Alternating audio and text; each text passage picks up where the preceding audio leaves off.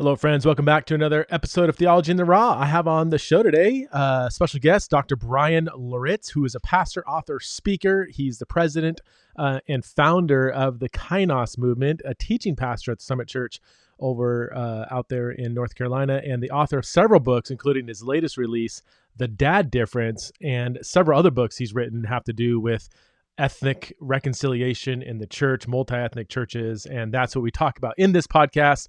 He is as you'll see, as you'll notice, 5 seconds into the conversation, Bryan just oozes with wisdom and humility and grace and just biblical thoughtfulness, especially when it comes to the race conversation. And I very much enjoyed this conversation. I think it is something that, I think it's something every Christian should listen to. So if you feel the same, do spread this podcast around to the far reaches of your social media corners. All right, without further ado, let's get to know the one and only Dr. Bryan Loritts. All right, I'm here with Bryan Loritts. Most of you are going to be familiar with Bryan's name. Written a ton of books, been a pastor, been just a leader in the country on so many levels. But specifically, Bryan, I wanted to have you on because you've just have navigated the race conversation so incredibly well, and with like just grace and sensitivity and wisdom, and in a way that, if I could just be blunt, in a way that I think can get through to, for lack of better terms, the evangelical church, primarily a white dominated evangelical church. Like I just think you swim in those waters, you know the culture. And so anyway, we're going to jump into that conversation, but thanks so much for being on the show. Can you give us maybe just a quick overview of who you are for somebody who doesn't know the name Bryan Loritts, the 3 or 4 out there that might not know who you are? Yeah, Bryan Loritts. I am, teaching pastor here at the Summit. I love pastoring the people of God. But also love kind of navigating the intersection of the gospel and race. And I wherever I go, I try to really emphasize that, and this whole idea of what I call ethnic unity. So, I think the vision the Bible paints is broader than diversity. I think diversity is just one step to a much bigger vision, and that is ethnic unity. And so I just think the Church of Jesus Christ should be on the front lines of doing that. I think the multi-ethnic church is one of the strongest apologetics for the veracity of the gospel. So when people see people coming together who normally don't, within a local space, and they are loving each other, I can't think of, especially in today's culture, a stronger witness to the gospel of Jesus Christ than that. So we just try to flesh it out within the context of the local church. That's straight out of Ephesians 2-3.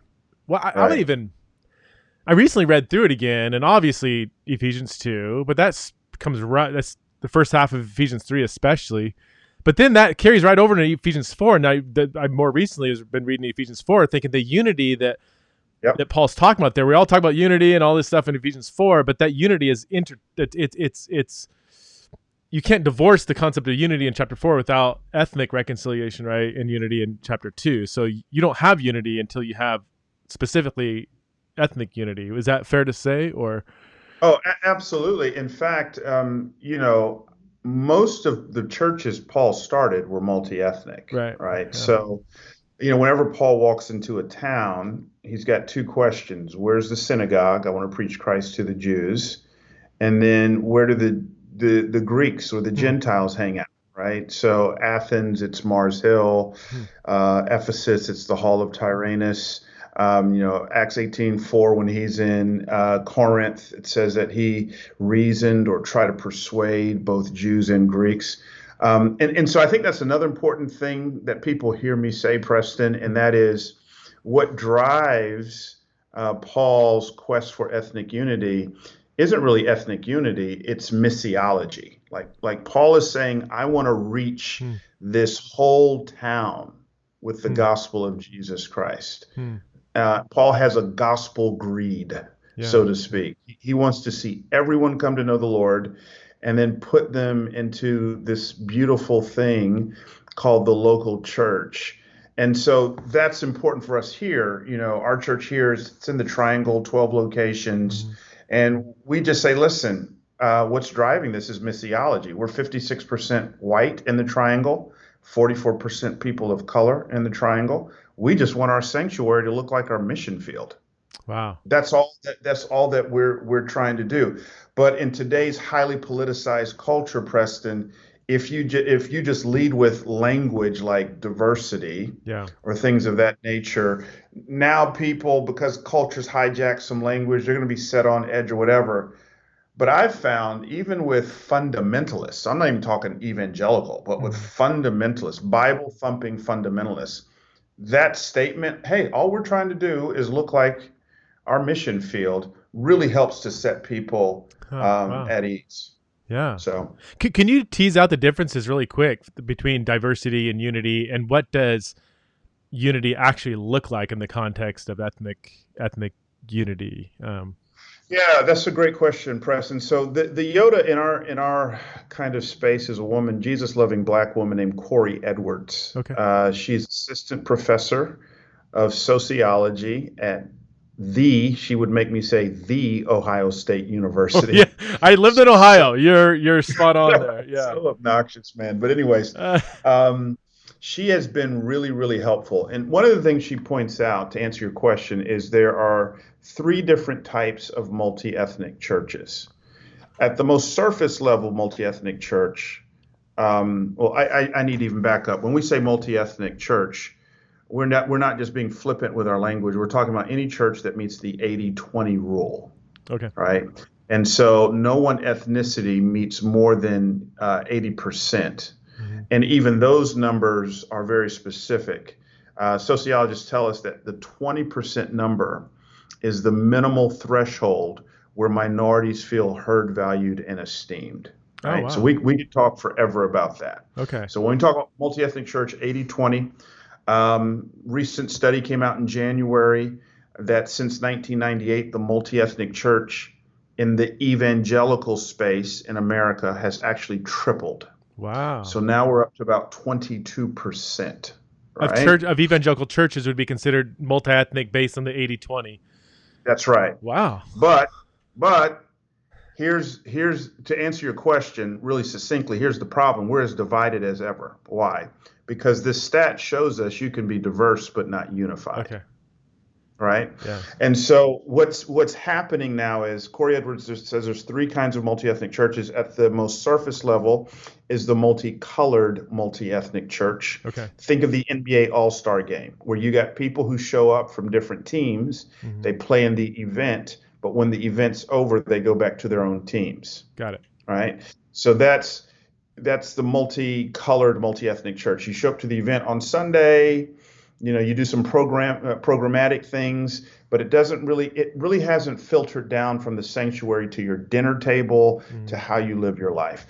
The second level, I think, is the most dangerous church in America in a very bad way. It's the assimilated multi-ethnic church. It's multi-ethnic, but monocultural. Yeah. So here you have people who are assimilating into a very monocultural way of doing things. Mm-hmm. And I actually think, there was a New York Times article that came out, I think it was 2016, somewhere in there, called A Quiet Exodus, which talked about minorities leaving multi-ethnic churches in light of the predominant prevailing message of Donald Trump and not speaking truth to power and things of that nature. It actually may have been 2018.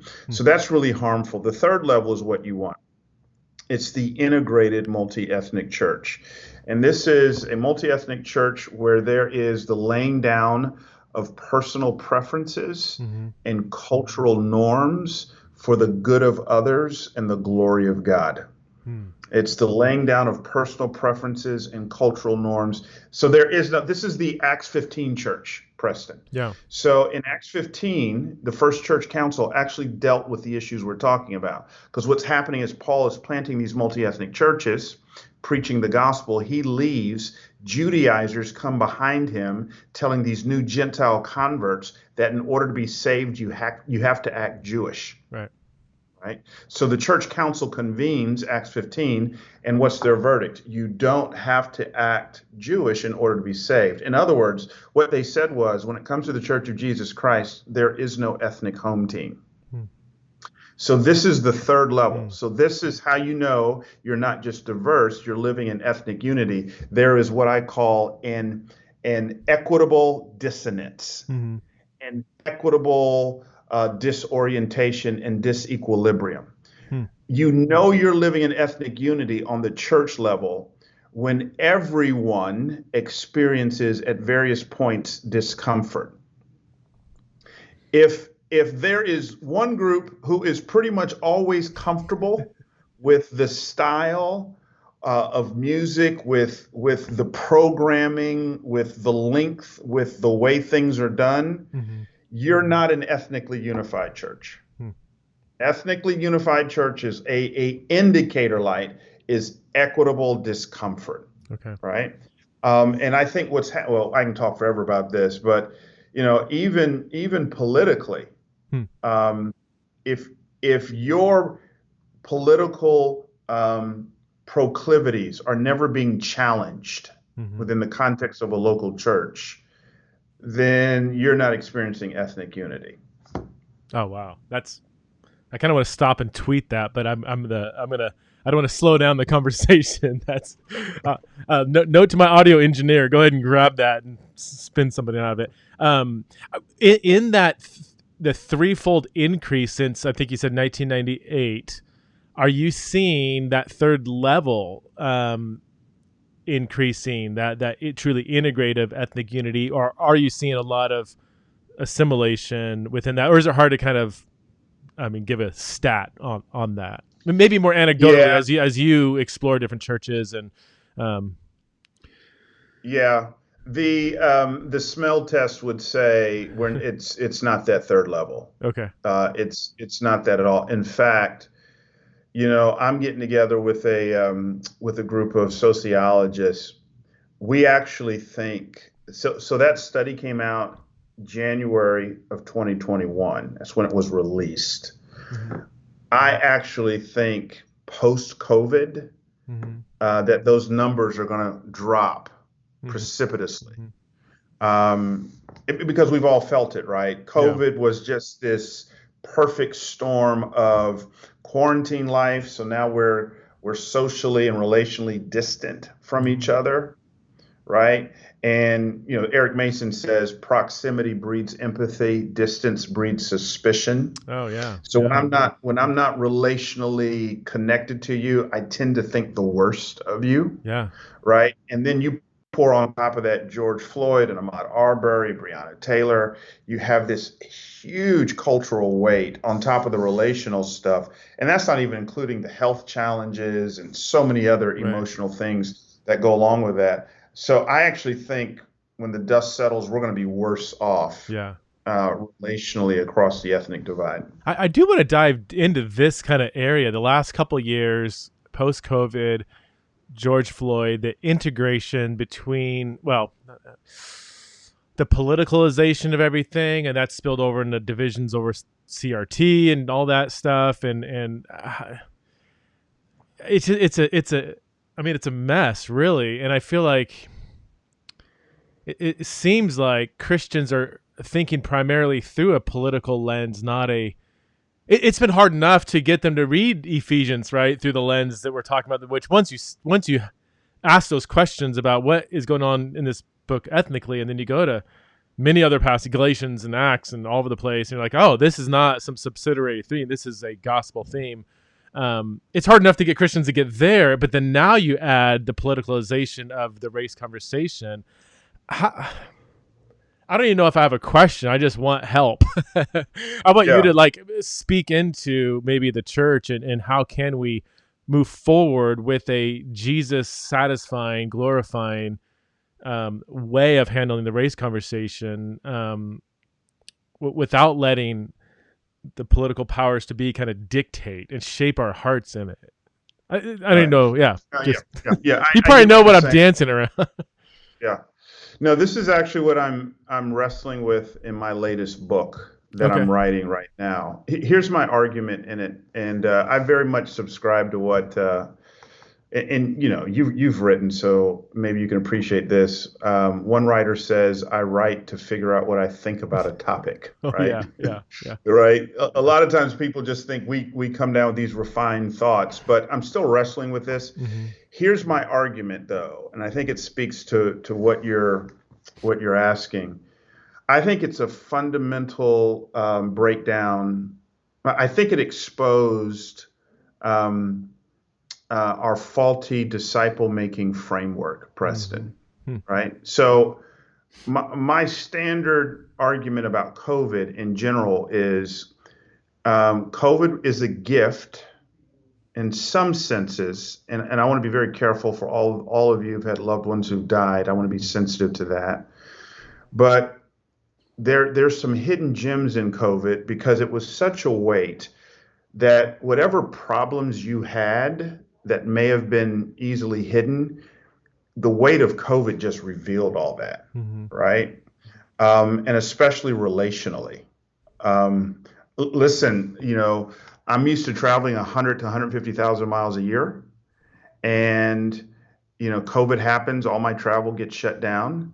And I remember sitting on the couch one evening about 6 weeks into COVID next to my wife going, "Oh shoot, I don't have a lot to say to her." And bro, it Yeah. was it was a hard but amazing year. Yeah. We went to therapy. We worked it out. Wow. I don't know if we would have ever tackled these issues that were hidden by flights Hmm. if it wasn't for COVID, right? So I think COVID has revealed some problems. And one problem we have in the West is a faulty disciple making framework. Hmm. And what I mean by that is discipleship in the West is primarily vertical. Mm-hmm. Right? It's me and my relationship with God, and I want to show you how to have a quiet time. I want to show you how to pray, how to share your faith, how to read your Bible. You and God. It's vertical. Mm-hmm. But remember, discipleship, the way we know it, is birthed out of the East. Hmm. And the East is a lot more horizontal and communal and relational, Mm-hmm. right? So when Jesus comes to earth, first thing he does is, I'm going to put a group together, right? Mm-hmm. And we're going to communally and relationally work these things out. And people are going to be very different in the group. You got Simon the Zealot, who's their version of the Taliban, right next to, Levi the tax collector, who, in my context, we would have called him Uncle Tom sellout. You're collecting money from oppressed people to give to your oppressors. I mean, it's just baffling. Well, I think the problem is we have not discipled well horizontally. Hmm. We have not discipled people into a new humanity. So what Paul does is when Jews and Greeks get saved, had he followed Donald McGavern and the church growth experts of the mid to late 20th century, he would have started two churches. Let's start one on the north side of town for the Jews, one on the south side of town for the Gentiles. That's just the easy thing. Y'all don't get along. Let's be very pragmatic here. Mm-hmm. That's just how we roll. Paul says, I'm not doing this. I'm starting one church, and I'm calling you to flesh out horizontally what God in Christ has already accomplished for you vertically, which is reconciliation. So the problem, at least one of the problems, the way I see it, Preston, is it's not what we think about race, or it's not what we think politically. It's the comment section. And you read the comment section on these posts and you go, man, we just don't know each other well, right? We're just not walking in relationships with others. Because again, this whole idea of proximity breeding empathy, it's not that having a person of a different political view changes my political convictions, although at times it can. It now buffs off those hard, abrasive edges, right? Same thing it did for me. I'll be honest with you, Preston. I think I emerged from seminary Um, my homophobia was never challenged in seminary. In some ways, it was entrenched. Well, What God used to buff that off in me is yeah. relationships. That's what God used. What God is using to refine me is being married to a person who's completely different than me. Hmm. Hmm. That is a means of grace. And that's why we need the ethnically other in our Mm-hmm. life, Mm-hmm. Mm-hmm. right? It's a Yep. means of grace. So, Hey, friends, I want to invite you to come out to the Theology in the Raw conference next spring, March 31st through April 2nd. It's here in Boise, or you can live stream it. Early bird registration ends on September 30th. Okay. So you get a discount if you register before before October 1st. If you're coming out to attend the conference live here in Boise, all the information is on my website, PrestonSpringfield.com. Again, if you are planning on coming out, you definitely want to take advantage of the early bird registration, which is about to end. Mm-hmm. right? It's a Yep. means of grace. So, Um, I'm curious. Like, I often get the question when I say similar things about multi-ethnicity in the church. You know, what do you do when you're in a context or a geographical context? I mean, I live in Boise, Idaho. We call it Whiteaho. You know. um, it's I mean, yeah, it's 90. I want to say 92% white, Caucasian, maybe, or maybe 89%, maybe 7% Latino, which they live in a certain. Typically, there's a big Latino population the further west you go from Boise. There's a decent refugee. We're one of the primary refugee resettlement cities. So we have, I think, 12 or 14,000 different refugees from about 40 different countries. So there's more diversity than I think people realize. But what would you do? How can you meet the 80-20 if your region is 90-10? Is your goal 90-10 then? But then you still have the danger of having a dominant ethnicity and therefore a dominant culture. Or I guess, let me ask you one more follow. Sorry, ask too many questions at the same time.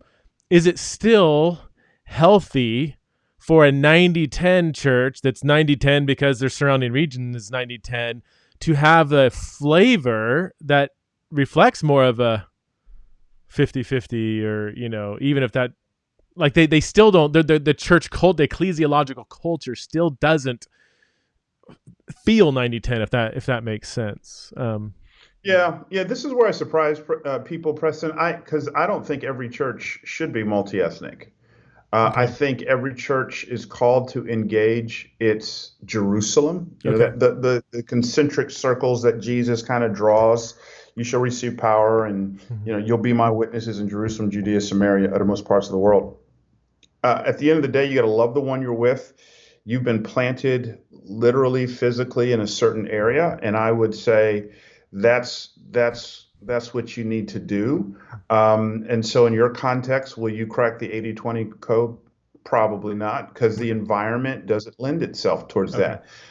Are there things you can do? I think every church is called to have a presence both locally and beyond its local space, Okay. right? So then you may likewise need to think through concentric circles. What is our Judea, our Samaria, the uttermost parts of the world, and maybe a church planting missional engagement strategy that allows you to raise up, train, and unleash leaders with a broader vision in mind. But I think this conversation is important because oftentimes, and I wrote about this in my book a little bit, Insider Outsider. Oftentimes, I think the church planting movement and gentrification Mm-hmm. are accomplices to a crime. Okay.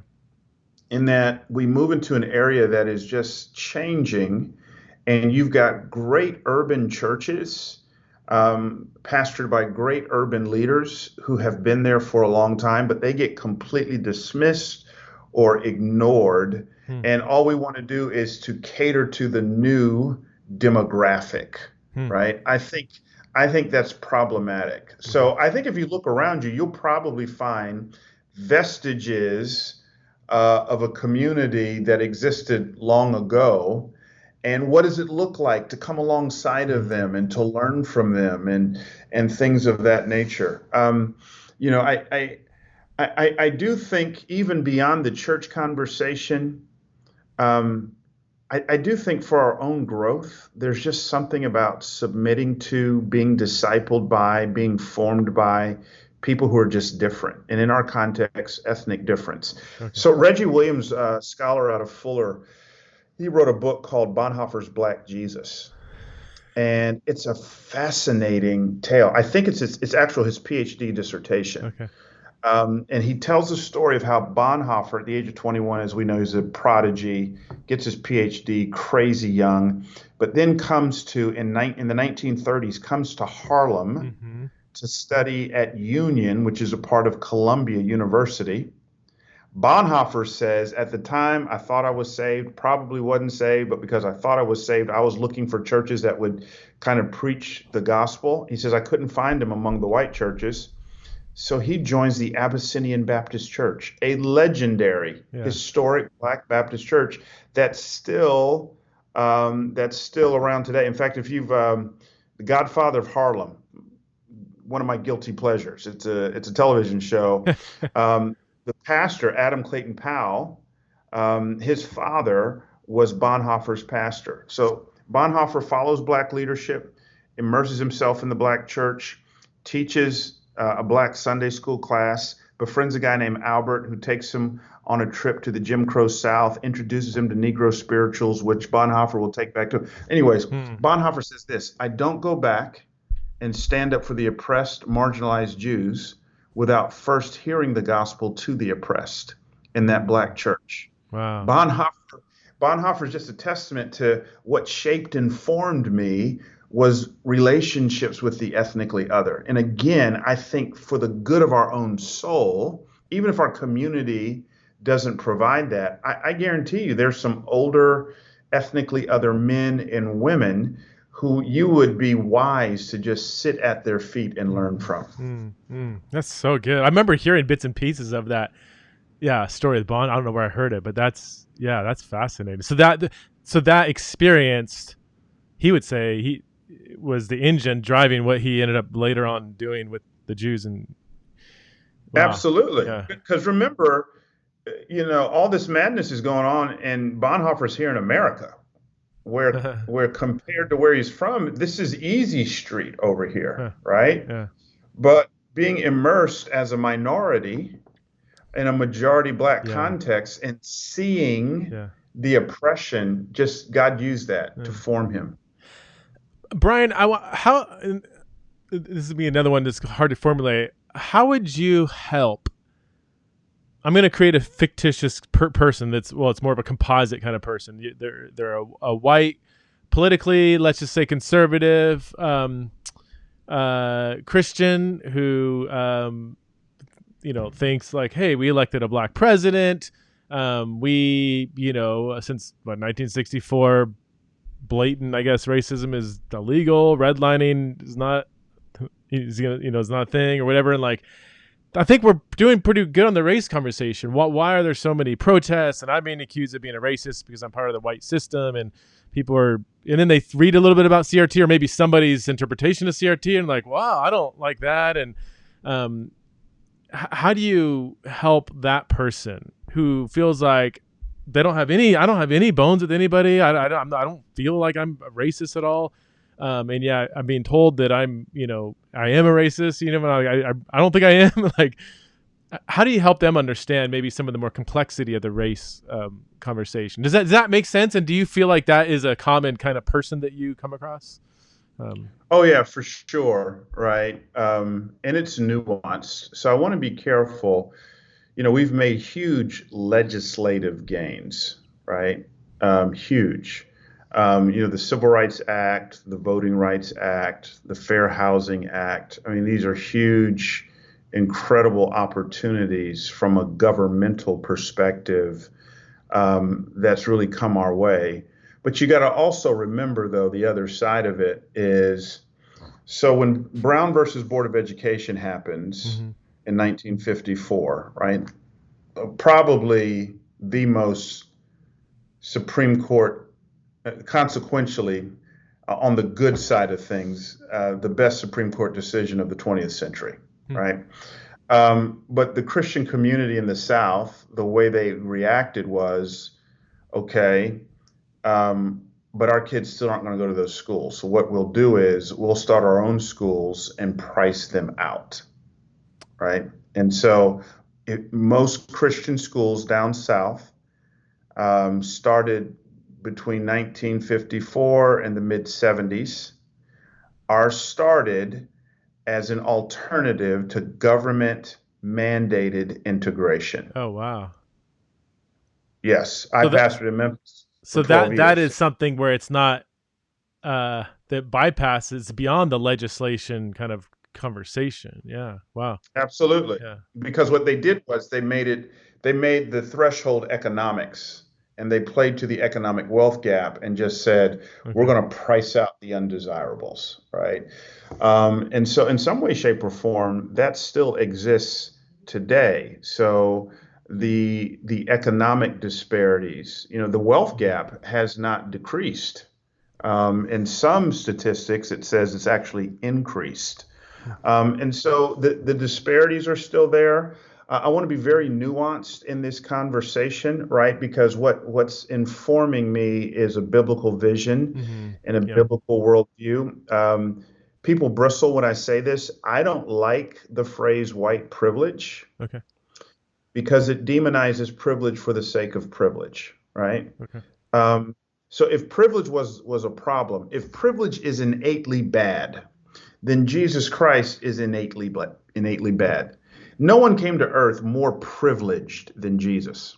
Mm-hmm. Philippians 2, that great kenosis passage, Mm-hmm. right? Mm-hmm. That though he was in the form of God, right? He came as God encased in flesh. You talk about privilege, right? Yeah. So I don't think the issue is privilege. I think it's the stewardship Okay. of privilege, right? So listen, is there an advantage to being white in America in 2021? Absolutely. Mm-hmm. I mean, we've all seen the studies, right? That two individuals apply for the same job, same exact resume, Mm-hmm. but one is named Heidi and the other is named Keisha. Mm-hmm. Heidi, by the numbers, is way more likely to get the job than Keisha. Mm-hmm. What do you call that? You got to call that something, Yeah. right? And there's all of the kinds of markers that we could use. But I think what critical race theory does with this binary, and again, it's nuanced. There's part of critical race theory that's great. People forget that critical race theory kind of really comes to the fore in the years after the civil rights movement in the legal realm, Mm-hmm. because we're going, wait a minute, there's some promises that were made in legislation that our communities are not reaping the benefit of. Mm-hmm. I don't know if you saw N.T. Wright's letter that he wrote, a little short letter. Yeah. He's, he said, in essence, secular ideologies, he didn't mention critical race theory, but secular ideologies, I'll add, like critical race theory, have gained a foothold because the church didn't preach a gospel, didn't preach or practice a gospel big enough to Yeah. address these issues, Yeah. right? So I think if the church just lived Acts 2, for example, if we just live that, critical race theory is not an issue at all, Yeah. right? Yeah. And so, but I got to be careful here because this binary, and then we get into intersectionality, Yeah. where the more categories of oppression, the more boxes I check, kind of the more benefits I get, the more virtuous I seem. Yeah. That's incongruent with a biblical vision, Right. Right. right? Right. So I'm real careful to kind of just say there's some good things here, but there's some bad things here as well. And that what we have to understand is that race isn't fundamentally a governmental issue. It's fundamentally a heart issue Mm-hmm. that is still manifesting itself in different ways.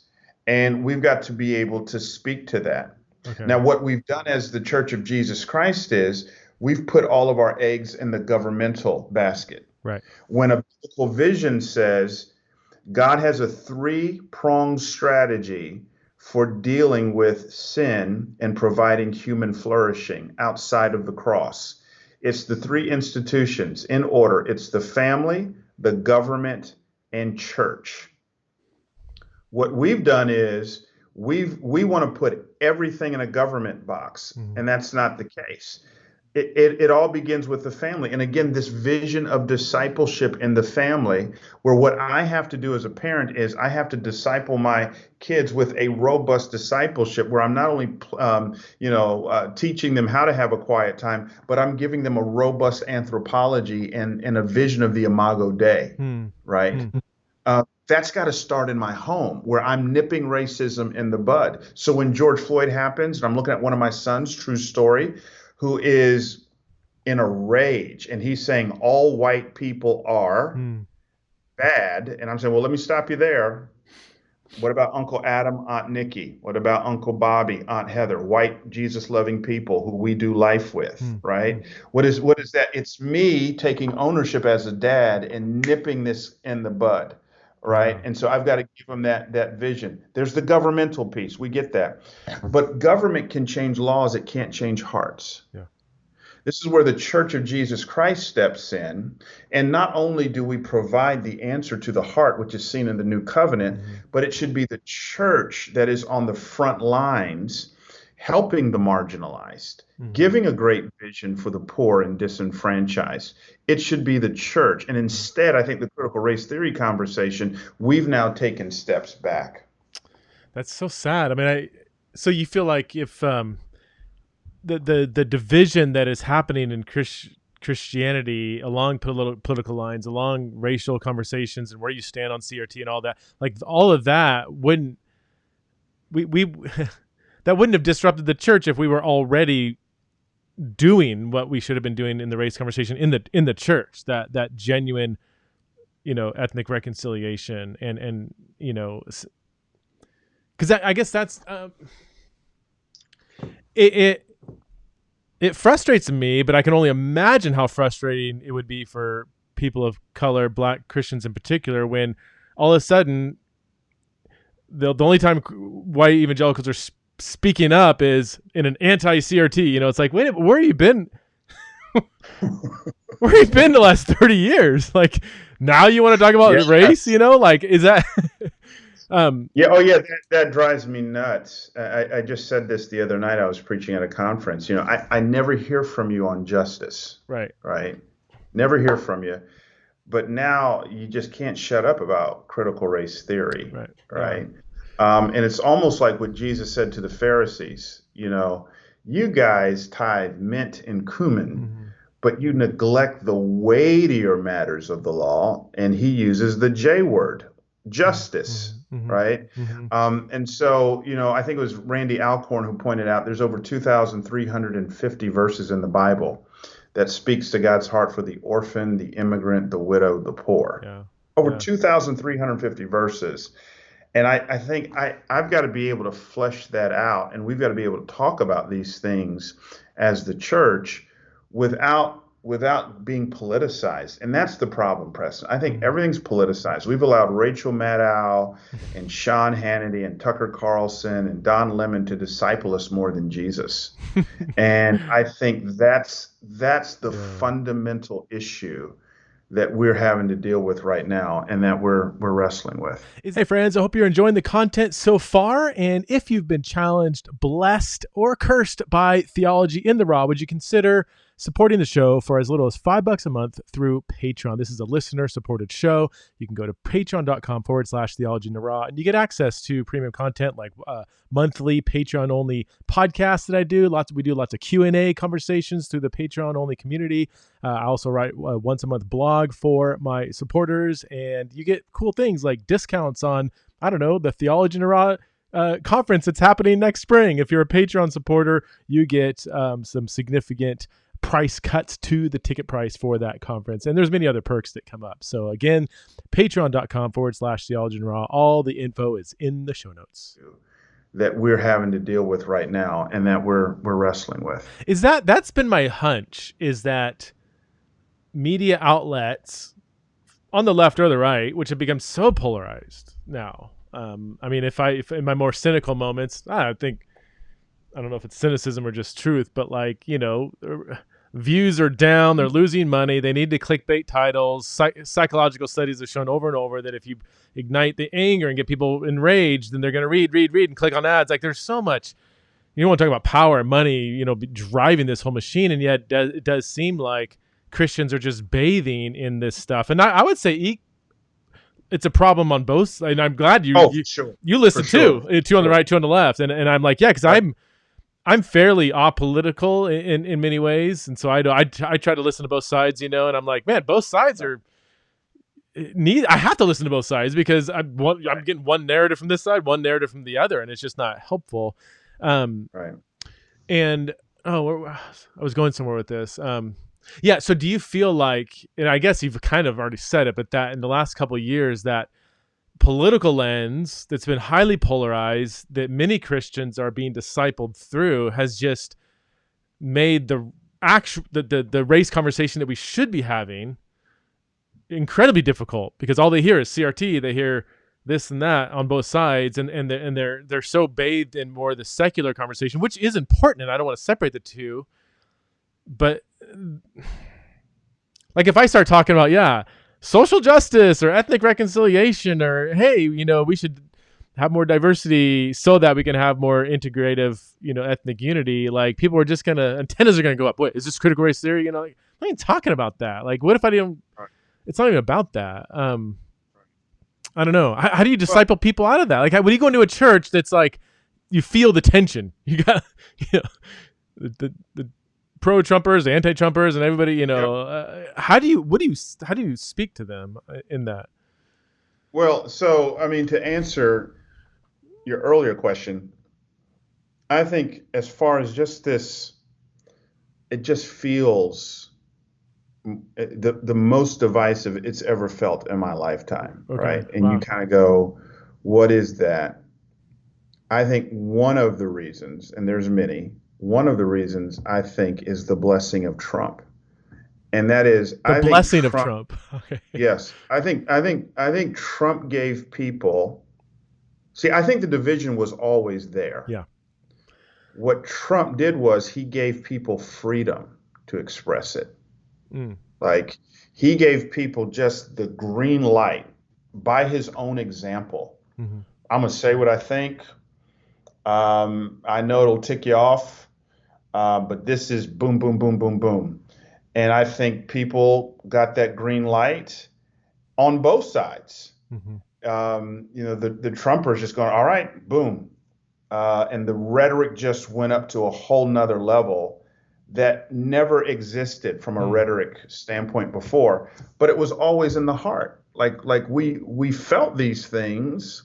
The political incorrectness of Donald Trump gave a collective freedom to be politically incorrect. So I don't know if we're literally more divided than we've ever been. I know that verbally we are, because now there's just this huge freedom. And this is why, to answer your follow-up question, I think the reason why I'm really hopeful for working these things out in evangelical spaces is that the assumption with evangelicals, is our starting place is the Bible. Like, if you can show it to me in the Bible, right? That's not where the culture is, of course. The culture, they look inward for meaning in life. Evangelicals say, no. Meaning in life is found outside of yourself, in the scriptures, in a relationship with God, so on and so forth. So if I can show you Ephesians 2, and even before that, take you through an expository methodology of teaching the scriptures. Mm-hmm. Mm-hmm. See, I don't even think I can get up today and just do a topical thing on race and it'll yield a lot of fruit. Okay. Right? Which, case in point, Preston, here's what drives me nuts in my world. Second Sunday of the year in January is Sanctity of Life Sunday. I can't tell you how many times I got up and I just preached the scriptures and made a case for why we should fight for life in the womb. And in evangelical circles, it's amen. They're wanting to buy me dinner, wanting to give me a raise, the whole nine. The next Sunday, and Matt Chandler and I talk about this all the time. It's a perfect bookend because the next Sunday is typically MLK weekend. Nice. Right? Yeah. And so that's where I do a message on life outside the womb. And we might talk about a vision for ethnic unity. Every single time I'll have people get up and walk out. I'll be called a social justice warrior. I'll get emails. I went, wait a minute. Where was that last week? Right? But 6 years ago, you wouldn't have had that happen, right? Because those categories weren't so volatile. Like you could have said, or I still would have had it happen. It would have been significantly less pushback. Okay. Yeah. Yeah. I think the pushback goes all the way up. But my point is, that's when you take a topical approach. You're better served now just going, hey, we're just going to walk through Ephesians in chapter 1, adoption, foreknowledge, election. Yes. Chapter 2. Oh, my. Mm-hmm. Look at what Paul does here. And I think that's better received, again, because the assumption is if I can show it to you in the text, right? So that's how I would start to make our way here. And then just letting people know this is a value of our church. That's what we did in Memphis. Hey, we're a gospel-centered, disciple-making, multi-ethnic church. And you're going to hear about this in the new members class. This is what you're signing up for. We're not going to bait and switch you. This is what we're about. Okay. We're intentionally going to gather leaders together at this church who are ethnically different. Yeah. These are things that we want you to go on this journey with us. I just got a couple more minutes, 2 more minutes, but can you give us a quick snapshot of how things are going at Summit? I know you're pretty new there. North Carolina as you said, is a diverse area. What are your hopes and dreams over the next few years to take place? Like, what are the things that you guys are moving towards in this conversation? Yeah, so Summit's about a 12,000 person church. And about 3 years ago, JD stood up before the congregation and just said, look, man, there's a vision that we have here. We want to be 25% minority by 2025. And by his own words, he says that was a conservative number because, again, the actual numbers are 56-44. Right. But he just felt like, man, I just have a heart. We're only reaching a part of the triangle. We're not reaching as much of the triangle that God would have us to reach. So this whole idea of missiology driving things. And God's been gracious to this church since then. I don't know what the exact numbers were, but they were on the uptick. And then right before COVID, we were right at 19% minority, which, we're about to crack that 80-20 thing. Yeah. And we're running the numbers again in a couple of months to see exactly where we're at, because I do think we've fell back a little bit ever since COVID started. So that's the vision, and they're putting their money where their mouth is. I mean, they've hired me. They understand that the pulpit's a powerful place. So having minority representation on a consistent, substantive level has been huge. There's a commitment to hiring well-qualified minority staff where it makes sense and growing in that direction. So we're very much in process. In fact, we're kicking off a podcast called the Summit Church's Kainos podcast. I saw that. Yeah, which is a pastoral podcast in real time about how we're trying to flesh these things out with the hopes that people who eavesdrop in on the conversation will glean some nuggets for how to do it in their own context. So we haven't arrived. We're very much in process, and we're very much hopeful. Bryan, thanks so much for your wisdom and your grace and for being on Theology in the Raw. BryanLoritts.com, is that right? I was just on your website. Right.